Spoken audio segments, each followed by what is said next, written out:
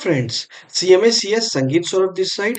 तो फ्रेंड आज की वैकेंसी आई हुई है सेबी यानी securities and exchange board of India की तरफ से। फ्रेंड इसकी वैकेंसी पहले भी आई हुई थी लेकिन due to model code of conduct इसे विथहोल्ड कर दिया गया था। तो दोबारा से इसकी वैकेंसी फिर से आ गई है और इसकी ऑनलाइन एप्लीकेशन अब चालू हो चुकी है। तो फ्रेंड्स इसमें जनरल डिसिप्लिन के लिए टोटल 62 सीट यानी 62 पोस्ट की वैकेंसी आई हुई है।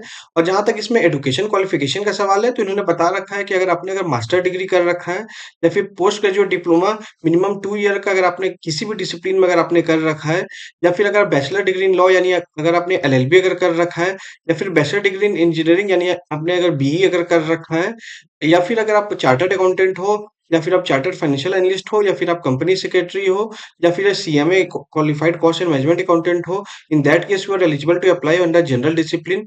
तो फ्रेंड्स इसमें अच्छी खासी 62 वैकेंसी आई हुई है। इसी हिसाब से फ्रेंड लीगल का जहां तक सवाल है, लीगल में टोटल 5 सीट आई हुई है।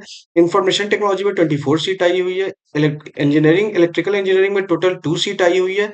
रिसर्च में टोटल 2 सीट आई हुई है। और ऑफिशियल लैंग्वेज में टोटल 2 सीट आई हुई है। और फ्रेंड्स जहाँ तक एज लिमिट का सवाल है तो इन्होंने बता रखा है कि इसमें अपर एज लिमिट 30 इयर्स की होगी अगर आप अनरिजर्व कैटेगरी से बिलोंग करते हो, या फिर ईडब्ल्यूएस से अगर आप बिलोंग करते हो।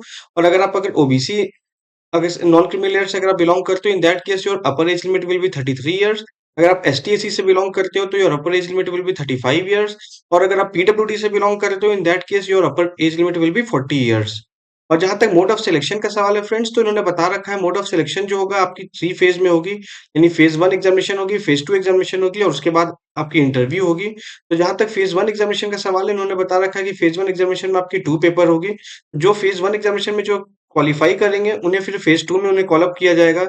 और फेज 2 के भी एग्जामिनेशन जो होगी उसमें भी आपके 2 पेपर होंगे। और जो फेज 2 एग्जामिनेशन जो क्वालिफाई कर जाएंगे उसके बाद उन्हें इंटरव्यू के लिए कॉल अप किया जाएगा। तो ये उनकी हो गई आपकी सिलेक्शन प्रोसीजर के सवाल। और जहाँ तक आपके प्रोबेशन का सवाल है तो उन्होंने बता रखा है कि आपको 2 ईयर का आपको प्रोबेशन पे रखा जाएगा, उसके बाद आपको कंफर्मेशन किया जाएगा।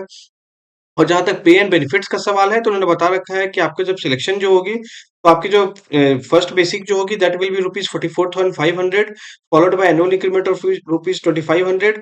फिर रिवाइज्ड बेसिक आपकी 54,500, फिर 74,450, 85,850, 89,150। तो ऐसे करके आपकी जो बेसिक है उस हिसाब से आपकी इंक्रीमेंट लगती जाएगी, बेसिक आपकी बढ़ती चल जाएगी।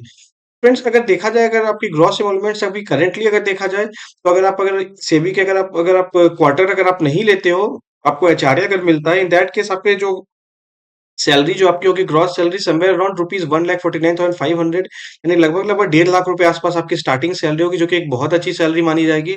और अगर कंपनी एकोमोडेशन मतलब सेबी अगर आपको एकोमोडेशन प्रोवाइड करती है आपको अगर, तो उस केस में आपको लगभग 1,11,100 रुपीज पर मंथ होगी, जो कि बहुत अच्छी सैलरी मानी जाएगी।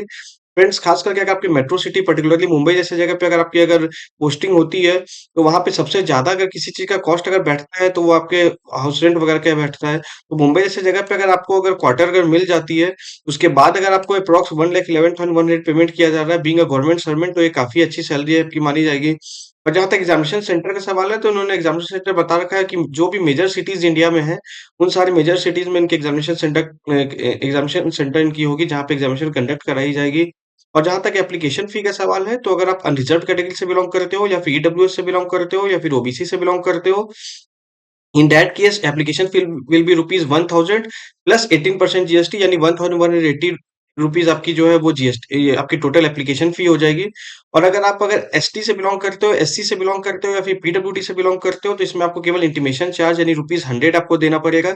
और 100 प्लस 18% जीएसटी यानी 118 रुपीज जो है वो टोटल आपको चार्जेस आपको पेमेंट करनी पड़ेगी। तो फ्रेंड्स एक बार अपनी आप एलिजिबिलिटी क्राइटेरिया को आप देख लो।